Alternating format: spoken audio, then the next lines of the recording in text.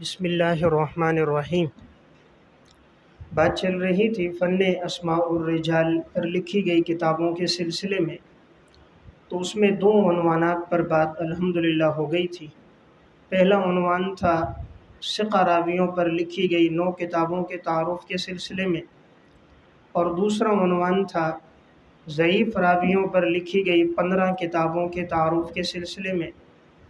آج کے درس میں تیسرا عنوان ہے ثقہ اور ضعیف دونوں قسم کے روات پر لکھی گئی 15 کتابوں کا تعارف۔ ثقہ اور ضعیف دونوں قسم کے روات پر لکھی گئی 15 کتابوں کا تعارف۔ اس عنوان کے تحت ان کتابوں کا تذکرہ ہوگا کہ جن میں ثقہ راویوں کا بھی ذکر ہے اور ضعیف اور مجروح راویوں کا بھی ذکر ہے۔ ان میں زیادہ تر وہ کتابیں ہیں جو ابتدا میں لکھی گئی ہیں، اور ابتدائی کتابوں میں ثقہ اور ضعیف راویوں کو الگ الگ نہیں کیا گیا تھا، عموماً دونوں کو ایک ساتھ ذکر کیا گیا تھا۔ جیسے آگے طبقات ابن سعد آئے گی، یا امام بخاری رحمۃ اللہ علیہ کی التاریخ الکبیر کا تذکرہ آئے گا، یا امام ابن ابی حاتم رازی کی الجرح والتعدیل کا ذکر آئے گا۔ تو یہ وہ کتابیں ہیں کہ جن میں ثقہ اور ضعیف دونوں قسم کے روات کا تذکرہ کیا گیا۔ اس سلسلے میں سب سے پہلی کتاب ہے الطبقات الکبریٰ۔ الطبقات الکبریٰ علامہ ابن سعد رحمۃ اللہ علیہ، متوفی 230 ہجری۔ یہ کتاب اس وقت 8 جلدوں میں محمد عبد القادر عطا کی تعلیق و تحقیق کے ساتھ دارالکتب العلمیہ سے طبع ہے۔ اسی طرح یہ کتاب دار صادر سے بھی طبع ہے۔ علامہ ابن سعد رحمۃ اللہ علیہ امام واقدی رحمۃ اللہ علیہ متوفی 207 ہجری کے کاتب ہیں۔ امام ابن سعد علامہ واقدی رحمۃ اللہ علیہ متوفی 207 ہجری کے کاتب ہیں، اس لیے ان کو کہتے ہیں کاتب الواقدی، یعنی علامہ واقدی رحمۃ اللہ علیہ کی جو معلومات ہوتی تھیں ان کو یہ لکھا کرتے تھے۔ علامہ واقدی نے خود بھی ایک کتاب لکھی ہے جس کا نام ہے طبقات الواقدی، طبقات الواقدی، لیکن یہ کتاب اس وقت نایاب ہے۔ طبقات الواقدی اس وقت نایاب ہے۔ علامہ واقدی وہ عالم ہے کہ جو ایک ایک علاقے میں، شہر میں گھومے اور اپنا مال، اپنی دولت اور پیسہ لگا کر انہوں نے جو آپ صلی اللہ علیہ وسلم کے غزوات ہیں ان کی تفصیلی معلومات انہوں نے جمع کی، اور اسی طرح تاریخی واقعات کی معلومات انہوں نے جمع کی۔ تو پھر یہ ساری معلومات کو ایک ساتھ ذکر کرتے تھے، یعنی الگ الگ ہر بات کو سند کے ساتھ نہیں لاتے تھے۔ دیکھیں محدثین کا اسلوب یہ ہے کہ وہ ہر بات کو الگ الگ سند سے لاتے تھے۔ علامہ واقدی رحمۃ اللہ علیہ کے پاس جو معلومات جمع ہوتی، مثلا غزوہ احد میں کتنے صحابہ شہید ہوئے، کتنا نقصان ہوا، مشرکین کی طرف سے کتنا ہوا، یا غزوہ بدر میں اب مسلمانوں کی تعداد کتنی تھی، کفار کی کتنی تھی، گھوڑے کتنے تھے، اونٹ کتنے تھے، پڑاؤ کہاں پہ ڈالا تھا، تو یہ سب باتوں کو ایک ساتھ ذکر کرتے تھے۔ تو اسی لیے محدثین کے ہاں ان پر اعتراضات ہوئے۔ محدثین کی نظر میں امام واقدی کمزور اور ضعیف راوی ہے کہ یہ ہر بات کے ساتھ سند نہیں لاتے تھے، یہ پوری باتوں کو ایک واقعے کے اور تسلسل کے ساتھ ذکر کرتے تھے، اس لیے انہوں نے ان کی باتوں کو نہ لیا۔ لیکن مغازی میں ان کی باتیں آج بھی لی جاتی ہیں، اور واقعات کی تفصیلات میں ان کی باتیں لی جاتی ہیں، جزیات میں لی جاتی ہیں، کیونکہ انہوں نے بہت پیسہ لگا کر ہر واقعے کی جزوی معلومات بھی انہوں نے جمع کی۔ تو اس لیے احکامات کی احادیث میں تو یہ قابل اعتبار نہیں ہے، البتہ فضائل میں یا مناقب میں یا سیر میں یا مغازی میں یا واقعات کی تفصیلات اور جزیات میں ان کی تشریحات کو لیا جاتا ہے۔ تو اب علامہ ابن سعد رحمۃ اللہ علیہ ان کے شاگرد رہے، ان سے یہ معلومات لیتے رہے اور خود بھی انہوں نے الگ سے بھی معلومات جمع کی۔ یہ کتاب انہوں نے 20 سال کے عرصے میں لکھی، طبقات ابن سعد 20 سال کے عرصے میں لکھی ہے۔ انہوں نے اپنی کتاب کا آغاز کیا تھا سن 207 ہجری میں، اور کتاب کا اختتام ہوا ہے 227 ہجری میں۔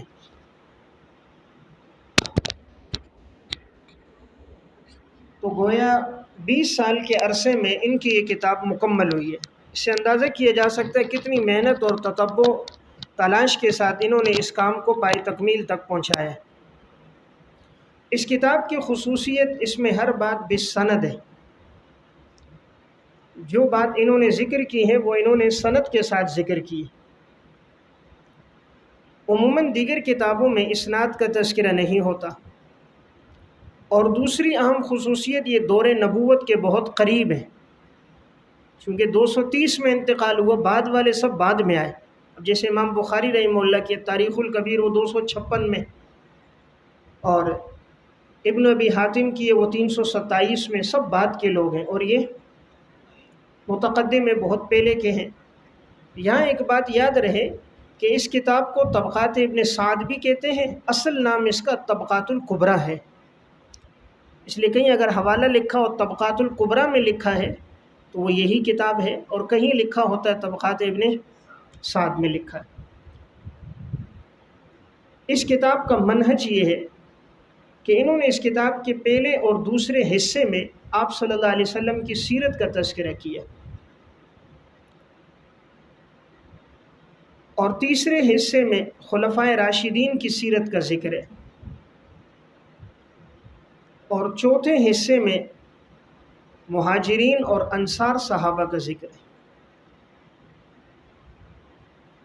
اور پانچویں حصے میں تابعین اور تبع تابعین کا تذکرہ ہے، اور چھٹے حصے میں اصحاب کوفہ کا تذکرہ ہے، اور ساتویں حصے میں آخری دور کے صحابہ اور تابعین کا تذکرہ ہے، اور آٹھویں حصے میں صحابیات اور نیک صالح خواتین کا تذکرہ ہے۔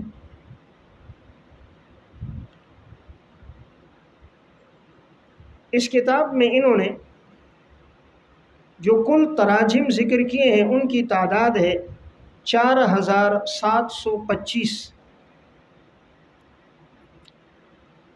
4725 تراجم انہوں نے اپنی کتاب میں لائے۔ علامہ ابن سعد رحمہ اللہ محدثین کے ہاں ان کا ایک بڑا اونچا مقام ہے، اور بڑے قابل قدر عالم ہیں۔ ان کی اس کتاب سے بعد میں آنے والے محدثین اور مورخین نے خوب استفادہ کیا، مثلا امام ابن ابی الدنیا رحمۃ اللہ علیہ، علامہ بلازری رحمۃ اللہ علیہ، خطیب بغدادی رحمۃ اللہ علیہ، علامہ ابن خلکان رحمۃ اللہ علیہ، امام ذہبی رحمۃ اللہ علیہ، اور حافظ ابن حجر رحمہ اللہ۔ اس لیے اکثر وہ اپنی کتاب میں ان کے حوالے سے معلومات لکھتے ہیں کہ قال ابن سعد فی الطبقات، تو وہ اس سے جب ذکر کر رہے ہیں تو ان سب کے ہاں یہ قابل قدر تھے اور ان کا اونچا مقام تھا۔ امام ذہبی رحمۃ اللہ علیہ نے سیر و اعلام النبلاء میں ان کے ترجمے کا آغاز کیا ہے الحافظ العلامۃ الحجہ، تو گویا نہایت بلند پایا القابات کے ساتھ ان کا ذکر کیا کہ ان کو الحافظ بھی کہا، اور العالم بھی، اور الحجہ بھی۔ اور امام ذہبی رحمہ اللہ نے لکھا وَكَانَ مِنْ أَوْعِيَةِ الْعِلْمِ وَمَنْ نَظَرَ فِي الطَّبَقَاتِ خَضَعَ لِعِلْمِهِ، یہ علم کا ایک چشمہ تھے، اور جو بھی ان کی طبقات میں غور و فکر کرے گا، پڑھے گا، وہ ان کے علم کے سامنے جھک جائے گا۔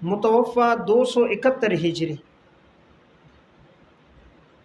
انہوں نے اپنے استاد سے جرح و تعدیل کے متعلق جو بھی اقوال سنے اسے اس کتاب میں جمع کر دیا۔ امام یحییٰ بن معین نے جس راوی کی توثیق کی یا جس پر جرح کی تو شاگرد نے اپنے استاذ کے حوالے سے راوی کا نام و نسب ذکر کر کے اس پر جرح ذکر کی ہے، تو اس میں ثقہ راویوں پر بھی ہے اور کا تذکرہ بھی ہے، ضعیف راویوں کا بھی ہے۔ تو صرف اس میں ایک شخصیت کی آراء ہے، یعنی اس کتاب میں آپ کو دیگر آراء نہیں ملیں گی، صرف امام یحییٰ بن معین رحمۃ اللہ علیہ کی آراء اور صرف ان کے اقوال پر مشتمل ہے کہ انہوں نے کسی راوی کے بارے میں کیا کہا۔ تو اگر وہ کسی نے معلوم کرنا ہے تو اس کتاب سے کرے گا۔ یہ کتاب اس وقت دکتور احمد نور سیف کی تحقیق کے ساتھ مرکز العلمی جامعۃ الملک عبدالعزیز مکہ مکرمہ سے طبع ہے۔ نمبر 3 معرفت الرجال، یہ بھی امام یحییٰ بن معین رحمۃ اللہ علیہ متوفہ 233 ہجری کی کتاب ہے۔ یہ بھی آپ نے خود مستقل تصنیف نہیں کی بلکہ آپ کے شاگرد امام ابو العباس احمد بن محمد رحمۃ اللہ علیہ نے آپ سے جو بھی اقوال سنے راویوں کی جرح و تعدیل کے متعلق اسے جمع کیا۔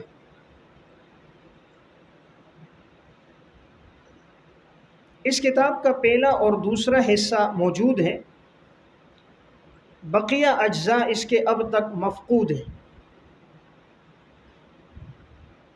اور اس میں بھی صرف امام یحییٰ بن معین رحمۃ اللہ علیہ کی آراء ہیں، کسی اور امام کا کوئی قول اس میں موجود نہیں ہے۔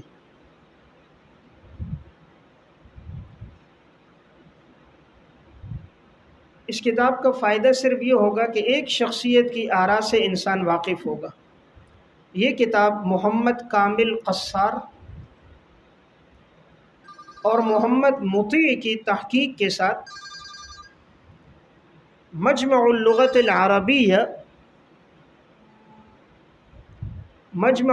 العربیہ دمشق سے طبع ہے۔ نمبر 4 العلل و معرفت الرجال، العلل و معرفت الرجال، امام احمد بن حنبل رحمۃ اللہ علیہ متوفہ 241 ہجری۔ امام احمد اپنے دور کے بہت بڑے محدث ہیں، ائمہ جرح و تعدیل میں سے ہیں، اور ان 4 فقہا میں سے ہیں کہ امت جن کی تقلید کرتی ہے، یعنی فقہائے 4 میں سے۔ تو امام احمد نے جن راویوں پر جرح کی یا توثیق کی تو ان کے بیٹے ہیں، ان کا نام ہے عبداللہ، متوفہ 290 ہجری، بیٹے کی وفات ہے 290 ہجری میں۔ انہوں نے اپنے والد کے ان اقوال کو اس کتاب میں جمع کیا۔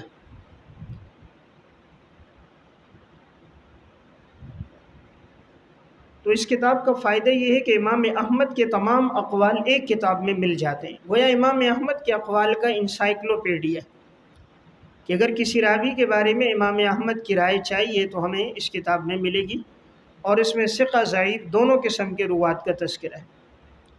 یہ کتاب استاد صبحی سامرائی کی تعلیق اور تحقیق کے ساتھ مکتبۃ المعارف ریاض سے طبع ہے، مکتبۃ المعارف ریاض سے طبع ہے۔ نمبر 5 التاریخ الکبیر، امام بخاری رحمۃ اللہ علیہ متوفہ 256 ہجری،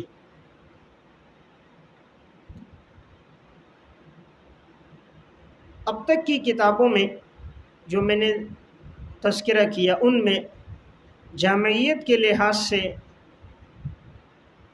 راویوں کے تراجم کی کثرت کے لحاظ سے،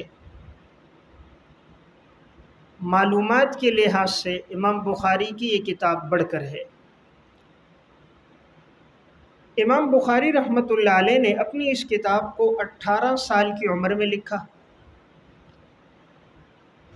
اور مدینہ منورہ میں زیادہ تر چاندنی راتوں میں لکھا، یعنی چاند کی روشنی میں انہوں نے اس کتاب کو لکھا ہے۔ اللہ تعالیٰ نے امام بخاری رحمہ اللہ کو جو عزت عطا فرمائی، صحیح بخاری کے بعد جس کتاب سے ان کے مقام اور مرتبہ اور جلالت شان کا اندازہ ہوتا ہے وہ یہ التاریخ الکبیر ہے۔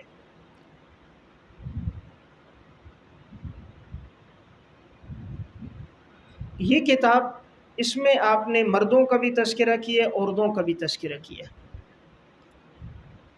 اور یہ حروف معجم کی ترتیب پر ہے۔ سب سے پہلے انہوں نے محمد نام کے راویوں کا ذکر کیا،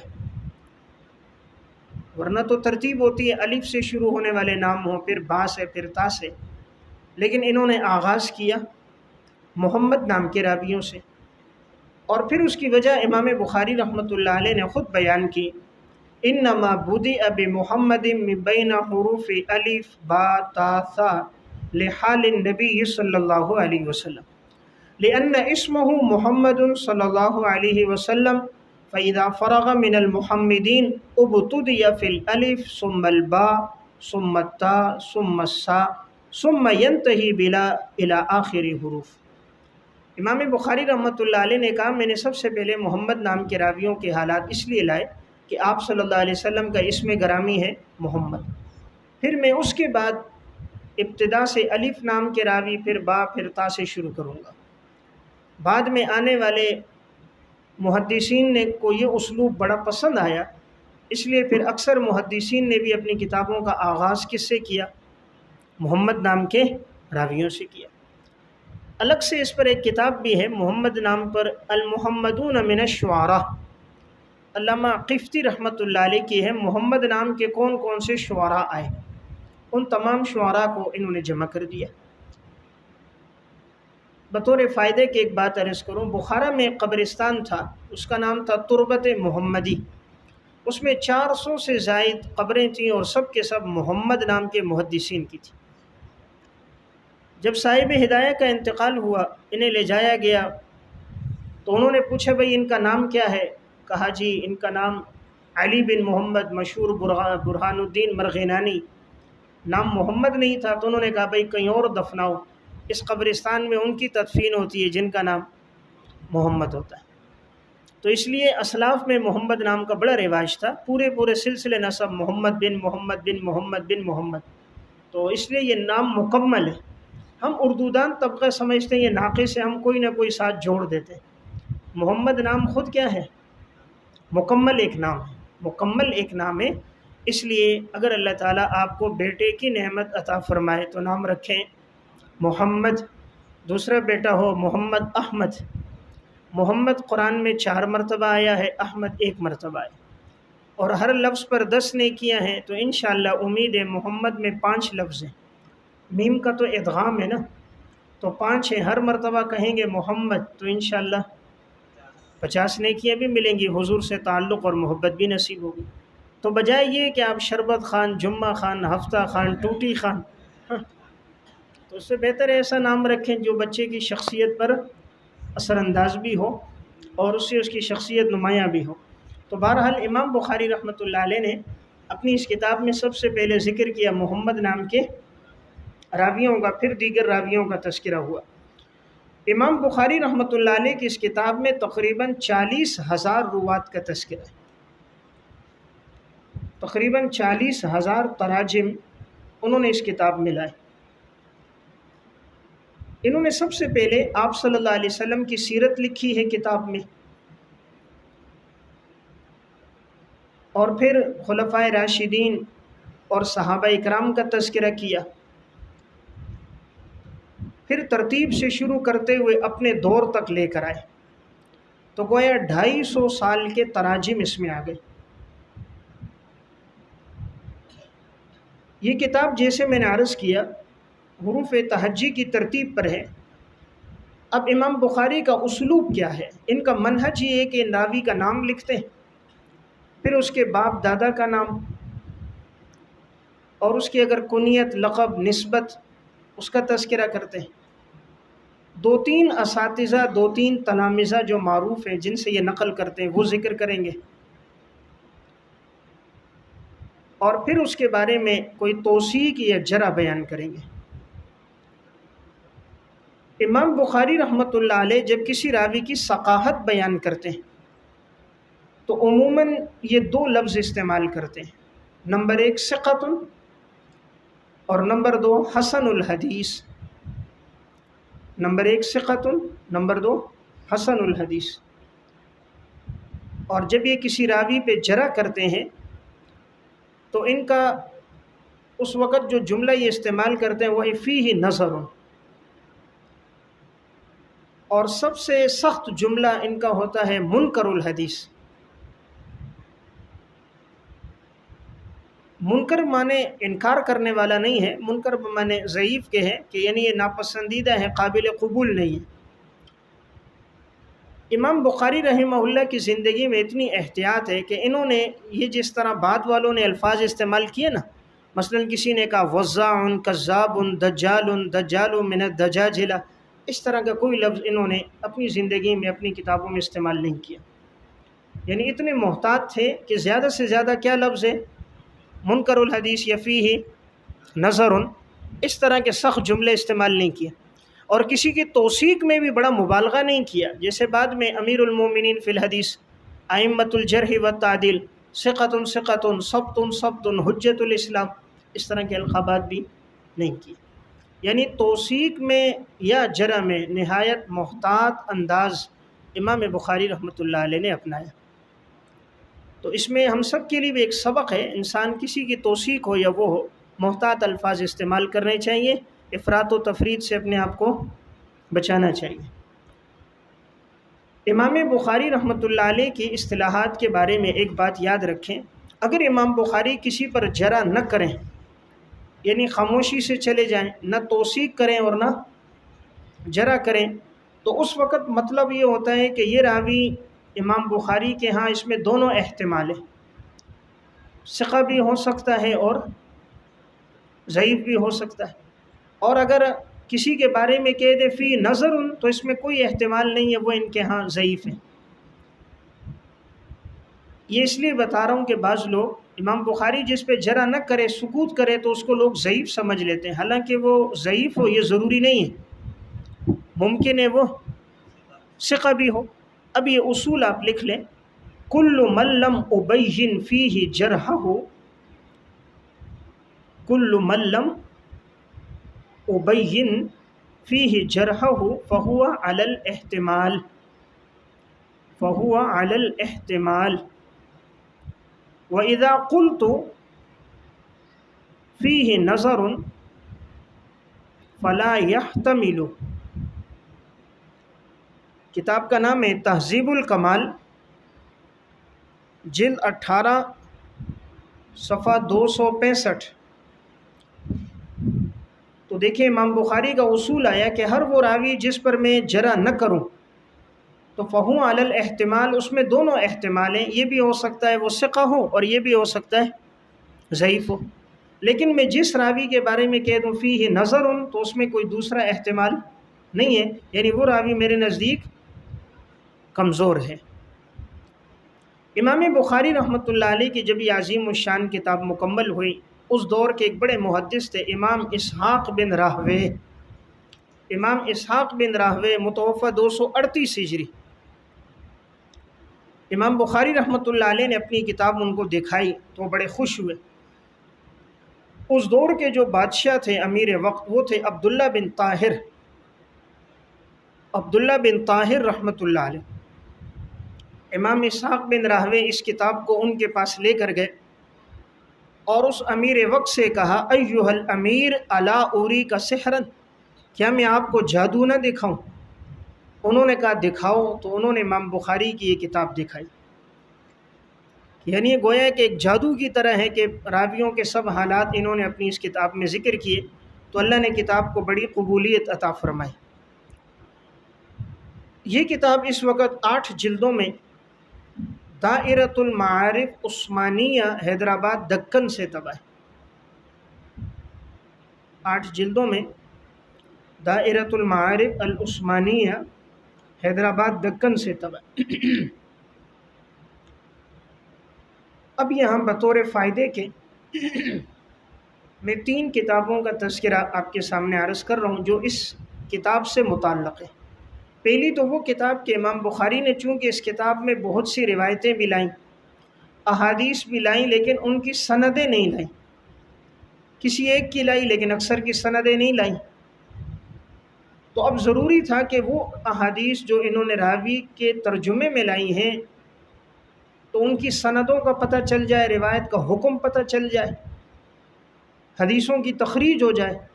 تو اللہ تعالیٰ نے یہ کام لیا ہے۔ ایک عالم ہے دکتور محمد بن عبد الکریم، دکتور محمد بن عبد الکریم بن عبید، ان کی کتاب کا نام ہے تخریج الاحادیث المرفوعہ، تخریج الاحادیث المرفوعۃ المسندۃ فی کتاب التاریخ الکبیر للبخاری، تخریج الاحادیث المرفوعۃ المسندۃ فی کتاب التاریخ الکبیر للبخاری۔ اس میں انہوں نے یہ کیا ہے کہ امام بخاری نے جو بھی روایتیں لائی ہیں اس کی انہوں نے سندیں بیان کی۔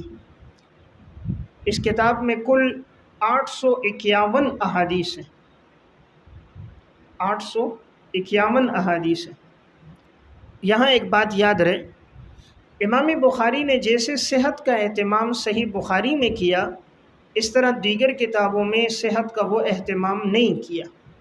اس لیے اس کتاب میں صحیح روایات بھی ہیں، ضعیف بھی ہیں، حسن بھی ہیں۔ اب صحیح البخاری میں تو تمام روایات صحیح لذاتی کی ہیں، وہاں کوئی روایت ضعیف نہیں ہے، تمام صحیح لذاتی اعلیٰ درجے کی روایات ہیں۔ لیکن اس کتاب میں ضعیف روایات بھی ہیں، جیسے امام بخاری کی دوسری کتاب ہے الادب المفرد، اس کے اندر بھی حسن روایات بھی ہیں، ضعیف روایات بھی ہیں۔ تو امام بخاری نے صحت کا اہتمام کہاں کیا؟ صحیح بخاری میں۔ اس لیے اگر اس میں کوئی روایت ایسی آ جائے جس پہ کلام ہو تو آدمی یہ نہ سمجھے کہ بھئی امام بخاری نے لائی تو کیسے ہو گیا، تو اس لیے باقی کتابوں میں یہ اہتمام نہ رہا۔ یہ کتاب اس وقت 1 جلد میں مکتبۃ الرشد سے طبع ہے، مکتبۃ الرشد۔ اب یہاں ایک اور بات بطور فائدہ کے لکھیں، امام بخاری رحمۃ اللہ علیہ سے اس کتاب میں بہت سے تسامحات ہوئے، کہیں راویوں کے نام میں، کہیں والد کے نام میں، کہیں کنیت اور لقب میں، کہیں اساتذہ تلامذہ کے تذکرے میں۔ تو اس طرح کے جو تسامحات تھے ان کو پھر جمع کیا ہے امام عبد الرحمن بن ابی حاتم رازی رحمۃ اللہ علیہ۔ امام عبد الرحمن بن ابی حاتم رازی رحمۃ اللہ علیہ، یہ ابو حاتم رازی کا بیٹا ہے۔ ابو حاتم رازی 277 ہجری میں انتقال ہوا ہے۔ یہ فن اسماء و رجال کا امام ہے ابو حاتم رازی، 277، اور یہ معاصر ہیں ابو زرع رازی کا، متوفی 264۔ تو اب انہوں نے جو معلومات ابو زرع رازی نے، ابو حاتم رازی نے، اب انہوں نے معلومات دی اپنے بیٹے کو۔ ابو حاتم نے کا بیٹا کون ہے؟ عبد الرحمن بن ابی حاتم۔ اس کی وفات ہے 327 میں۔ جو کتاب بتا رہا ہوں یہ بیٹے کی لکھی ہوئی ہے، لیکن زیادہ تر معلومات والد کی ہیں، پھر کچھ ان کے اپنے مطالعے کی ہیں۔ تو بیٹے کا نام عبد الرحمن، متوفی 327۔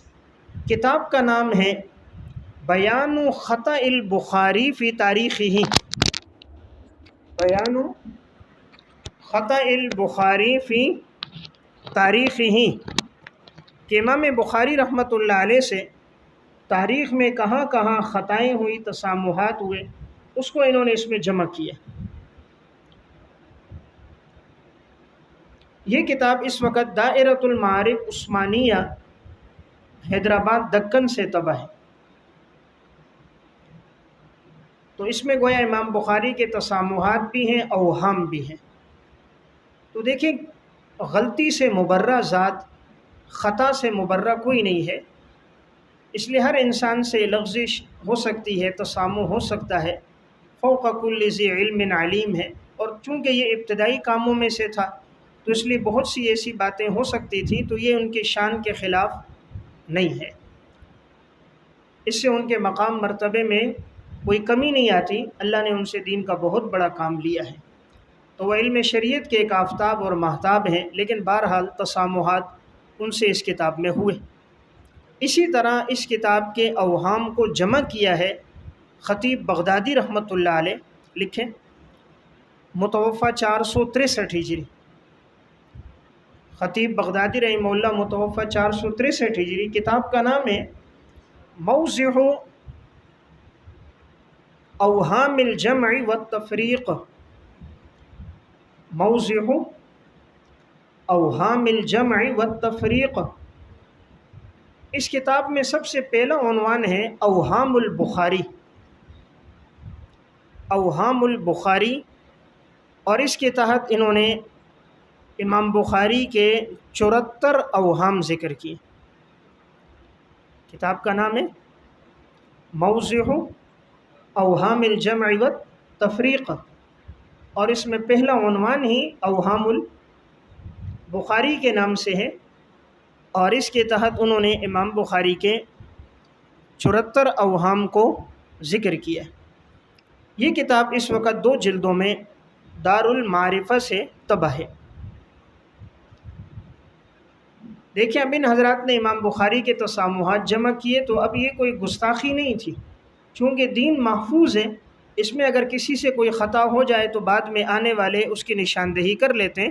فوق کل ذی علم علیم ہے، لیکن اب اس کا یہ مطلب نہیں کہ کوئی ان خطاؤں کو اردو میں چھاپے اور تقسیم کرے، جس سے امام بخاری کی شان کو کم کرے، عوام الناس کے سامنے یہ علمی مباحث لا کر ان کا مقام مرتبہ گھٹائے، تو ایسا آدمی کوئی دین کا کام نہیں کر رہا، یہ کوئی قابل قدر کام نہیں ہے، وہ لوگوں کے دلوں سے امام بخاری رحمۃ اللہ علیہ کی عظمت کو کم کر رہا ہے۔ جس طرح یہ دین کا کام نہیں، اس طرح اب کوئی تاریخ بغداد کے آخری حصے سے امام بخاری امام اعظم ابو حنیفہ رحمہ اللہ کا ترجمہ وہاں سے لیتا ہے کہ جو متروک، کذاب، منقطع، معزل روایات میں باتیں آئیں، ان کو لے کر اب ترجمہ کر کے اردو میں چھاپا جا رہا ہے کہ امام ابو حنیفہ محدثین کی نظر میں اور تقسیم کرتے ہیں، تو یہ بھی کوئی دین کا کام نہیں کر رہا۔ اس لیے کہ اگر تاریخ بغداد کے ایک حصے میں یہ بات ہے تو ایک حصے میں توثیق کی روایات بھی موجود ہیں، انہوں نے تو بطور مورخ دونوں چیزوں کو جمع کر دیا، پھر ان کے ان تمام سندوں کو پرکھا ہے علامہ زاہد الکوثری رحمۃ اللہ علیہ متوفہ 1371 ہجری نے تأنیب الخطیب میں، اور سب کے جوابات دے دیے۔ تأنیب الخطیب فی ترجمۃ ابی حنیفہ من الاکاذیب، خطیب کی سرزنش اور ان ساری خطاؤں کے جوابات آ گئے۔ اردو میں اس کا ترجمہ ہے تأنیب الخطیب کا امام ابو حنیفہ کا عادلانہ دفاع، امام ابو حنیفہ کا عادلانہ دفاع۔ اس میں خطیب بغدادی رحمہ اللہ نے جو جرح ذکر کی، سب کے جوابات علامہ کوثری نے دیے، اس کا ترجمہ اردو میں کیا۔ تو میں یہ بتانا چاہ رہا ہوں کہ دیکھیں، یہی خطیب بغدادی امام بخاری کے تسامحات بھی لکھ رہا ہے، 74 تسامح لکھے۔ تو کسی حنفی نے یہ نہیں کیا کہ ان 74 تسامح کو اردو میں لکھ کر شائع کر کے امام بخاری کی شان کو کم کرے۔ تو جب وہ نہیں کم کرتے تو آپ اسی خطیب بغدادی کی منقطع اور معزل روایات سے ان باتوں کو لے کر اردو میں شائع کر کے عوام کی نظر میں امام اعظم ابو حنیفہ کے مقام کو کم کرنا، یہ بھی کوئی دین کا کام نہیں ہے۔ اللہ تعالیٰ نے دونوں کو عزت عطا فرمائی۔ امام اعظم ابو حنیفہ علم شریعت کے آفتاب ہیں، تو امام بخاری امیر المومنین فی الحدیث علم شریعت کے ماہتاب ہیں۔ اللہ نے عزت مقام مرتبہ دونوں کو دیا، دونوں کا نام آدمی عزت سے لے، دونوں کی خدمات کو یاد رکھیں، دونوں نے دین کے لیے بڑی قربانیاں دی، امت کے لیے آسانیوں کو پیدا کیا، لیکن اس کا یہ مطلب نہیں ان کی کوئی خطا ہو تو اس کو غلط اس میں لیا جائے۔ معصوم ذات صرف انبیاء علیہ السلام کی ہے، ہر انسان سے خطا ہو سکتی۔ تو یہ ضمناً میں نے آپ کے سامنے 2 کتابیں عرض کر دیں جس میں اس کتاب کے تسامحات کو ذکر کیا۔ اب بطور فائدہ کی ایک اور بات یہ ہے، اسی کتاب میں امام بخاری رحمۃ اللہ علیہ نے امام ابو حنیفہ رحمہ اللہ کا ترجمہ لکھا التاریخ الکبیر میں، اور جب امام صاحب کا ترجمہ لکھا تو یہ جملہ لکھا، کان مرجئا سکتوا عنہ وعن رأیہ وعن حدیثہ، کان مرجئا سکتوا عنہ وعن رأیہ وعن حدیثہ، کہ امام ابو حنیفہ مرجیہ میں سے ہیں اور محدثین نے ان کی رائے سے اور ان کی حدیث سے سکوت کیا ہے۔ اب بات کیا ہے، دیکھیں امام بخاری رحمۃ اللہ علیہ امام صاحب کے معاصر نہیں ہیں۔ امام بخاری رحمہ اللہ تو پیدا ہوئے 194 میں، امام صاحب کی پیدائش کے بھی 44 سال کے بعد۔ تو اب امام بخاری رحمۃ اللہ علیہ تک یہ بات کیسے پہنچی، درمیان کی سند کون سی ہے؟ پھر امام صاحب کے بارے میں یہ مشہور جو کیا گیا مرجیہ میں سے ہے، یہ اس دور کے باطل فرقوں نے کیا۔ امام صاحب نے چونکہ معتزلہ، خوارج، مرجیہ کا بہت رد کیا، تو باطل فرقوں نے اپنی بات کو ترویج دینے کے لیے مرجیہ نے کہا کہ ہماری تو وہی رائے جو امام ابو حنیفہ کی رائے، تاکہ مشہور آدمی کا نام ذکر کریں گے تو ہمارا مذہب پھیل جائے گا، اس طرح انہوں نے ذکر کیا۔ اور نمبر 2، اسی طرح بعض باطل فرقوں نے آپ کو بدنام کرنے کے لیے اور آپ پر الزام کیا لگایا کہ آپ مرجیہ میں سے ہیں۔ امام صاحب کا یہ عقیدہ نہیں ہے۔ دیکھیں، ایک ہے مرجیہ اہل سنت میں سے، ایک ہے مرجیہ اہل بدعت میں سے۔ مرجیہ ہے ارجاء سے، ارجاء کا معنی تاخیر کرنا، سنو، ارجاء کا معنی تاخیر کرنا۔ اب مرجیہ جو بدعتی فرقہ ہے اس کی رائے یہ ہے کہ ایک آدمی نیک اعمال نہ کرے، کوئی زندگی میں عمل نہ کرے، کوئی نقصان نہیں ہوگا، کوئی جتنے بھی گناہ کرے کوئی نقصان نہیں، نیک اعمال کرے کوئی فائدہ نہیں، صرف ایمان کافی ہے۔ جو مرجیہ اہل باطل ہے ان کا نظریہ ہے کہ صرف ایمان کافی ہے، نیک اعمال کا بھی کوئی فائدہ نہیں، گناہوں کا بھی کوئی نقصان نہیں، تو انہوں نے صرف ایمان کو کیا، اعمال کو مؤخر کر دیا، اس لیے مرجیہ۔ امام صاحب رحمۃ اللہ علیہ نے یہ کہا تھا کہ انسان کی نجات کے لیے ایمان کافی ہے، اعمال ایمان میں داخل نہیں ہے، لیکن جو نیک اعمال کرے گا اس کے درجات بلند ہوں گے، جتنے گناہ ہوں گے اس کی سزا اتنی سخت ہوگی۔ تو آپ کے ہاں اعمال کی وجہ سے درجات بلند ہوں گے، گناہوں کی وجہ سے سزا ہوگی، گویا یہ چیزیں ایمان میں اس اعتبار سے کہ اس سے درجات بلند ہو رہے ہیں، کم ہو رہے ہیں، اس کی حیثیت ہے۔ تو امام صاحب کے ہاں اعمال کی حیثیت ہے، مرجیہ کے ہاں بالکل حیثیت نہیں تھی۔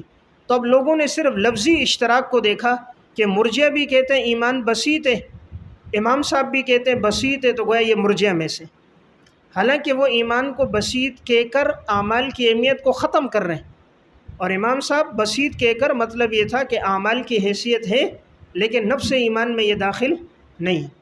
اور باقی یہ اختلاف جو تھا وہ زمانے کا اختلاف تھا۔ امام صاحب رحمۃ اللہ علیہ کے دور میں جو فرقے سامنے آ گئے تھے وہ معتزلہ اور خوارج تھے۔ انہوں نے ایمان کو مرکب مانا، ہر گناہ کبیرہ والے کو کافر کہہ دیا، ہر گناہ کبیرہ کا مرتکب کافر ہے۔ خوارج کے ہاں کفر میں داخل ہے، معتزلہ کے ہاں خارج ہے، لیکن منزلۃ بین المنزلتین ہے۔ اب ضروری تھا کوئی ایسی بات بیان کی جائے، تو امام صاحب نے پھر یہ کہا کہ بھئی ایسے آدمی کا ایمان صرف دل کی تصدیق ہے، اعمال کی وجہ سے وہ ایمان سے خارج نہیں ہوگا، تو یہ زمانے کا تھا۔ پھر امام صاحب نے خود اپنی بات کی وضاحت کی الفقہ الاکبر میں، الفقہ الاکبر میں کہ اعمال کی ضرورت ہے، اعمال سے درجات بلند ہوں گے۔ اسی طرح اس دور کے ایک تابعی تھے عثمان البتی، انہوں نے امام صاحب کو خط لکھا کہ آپ کے بارے میں لوگ یہ کہہ رہے ہیں، تو امام صاحب نے اس کو جواب دیا، اس کا نام ہے رسالۃ الی عثمان البتی۔ یہ امام صاحب کی تصنیف ہے کہ امام صاحب نے اس خط میں جواب دیا، ان کو کہا کہ میری طرف غلط نسبت ہے اور اعمال کی ضرورت ہے، اور آپ نے سب وہ بات بیان کی۔ تو اگر آپ نے پڑھنا ہے علامہ زاہد الکوثری رحمۃ اللہ علیہ کی کتاب ہے العقیدۃ وعلم الکلام، کتاب کا نام ہے العقیدۃ و علم الکلام، اس میں تفصیلاً اس عنوان پر گفتگو ہے، ارجاء پر بھی، اور آپ کے رسالہ الی عثمان البتی کا بھی تذکرہ ہے۔ بقیہ ایک عالم گزرے ہیں علامہ شہرستانی رحمۃ اللہ علیہ، ان کی ایک کتاب ہے الملل والنحل، شہرستانی، انہوں نے وہاں کہا کہ مرجئہ کی دو قسمیں ہوتی ہیں، ایک اہل باطل ہے کہ جو اعمال کو حیثیت نہیں دیتے، اور اہل سنت کو جس نے اگر مرجئہ میں کہا وہ اہل سنت میں مرجئہ ہے، تو اس سے خارج نہیں ہوتا۔ اور پھر انہوں نے وضاحت کی کہ یہ باطل لوگوں نے امام صاحب کی طرف اور ان بڑے علماء کی طرف یہ نسبت کی ہے، ان کا یہ عقیدہ نہیں ہے۔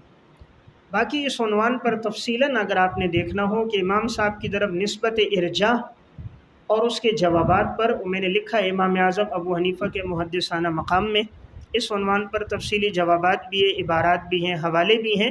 تو یہ بات میں نے اس لیے عرض کی کہ یہ جرح امام بخاری نے اپنی اس کتاب میں ذکر کی، اور جرح جو ذکر کی مرجئہ میں سے، حالانکہ آپ مرجئہ میں سے نہیں ہیں، تو جب جرح ہی ٹھیک نہیں ہے تو اس جرح کی بنیاد پر یہ بات کہ آپ کی حدیث نہیں لی جائے گی، آپ کی روایت نہیں لی جائے گی، یہ بات بھی ٹھیک نہیں ہے۔ اس کی بنیادی وجہ کہ جب جرح ثابت ہو تو آگے حکم ثابت ہو نا۔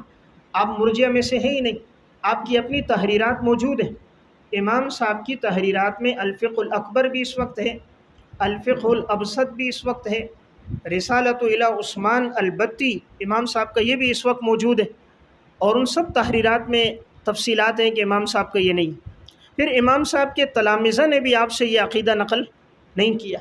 پھر امام ابو جعفر طحاوی جنہوں نے عقیدہ طحاویہ لکھا، اس میں بھی اس کا کہیں تذکرہ نہیں ہے، اور انہوں نے خود لکھا کہ یہ تینوں اماموں کے عقائد ہیں اس میں، امام ابو حنیفہ، محمد، ابو یوسف۔ تو اس لیے یہ اہل سنت والجماعت میں سے یا علماء احناف میں سے کوئی بھی مرجئہ کا قائل نہیں ہے، تو یہ غلط نسبت کی گئی۔ امام صاحب، امام بخاری تک بات غلط پہنچی، جیسے میں نے آپ کو پہلے التاریخ الصغیر میں کہا تھا، نعیم بن حماد نے امام ابو حنیفہ رحمہ اللہ پر سفیان ثوری کے حوالے سے جرح کی، تو امام بخاری نے اس کو لکھ دیا۔ وہ بھی نعیم بن حماد ایسا راوی تھا جو حدیثیں گڑھتا تھا، تو وہ جرح بھی ٹھیک نہیں ہے، اور اس جرح کا بھی کوئی راوی جو اس وقت موجود ہو ایسا موجود نہیں ہے، درمیان میں کیا ہے؟ انقطاع ہے، اور مرجئہ ہونے کا ثبوت کسی سے بھی نہیں ہے کہ آپ کے تلامذہ میں سے کوئی اس کا قائل ہو، ایسی بات بھی نہیں ہے کہ کسی نے کہا ہو، یا اس دور کے کسی معاصر نے آپ کی طرف نسبت کی ہو، تو یہ نسبت بھی ٹھیک نہیں۔ تو بہرحال یہ ضمناً بات آ گئی، اگر سمجھ آ گئی تو فبہا، اور اگر تفصیل سے دیکھنا ہو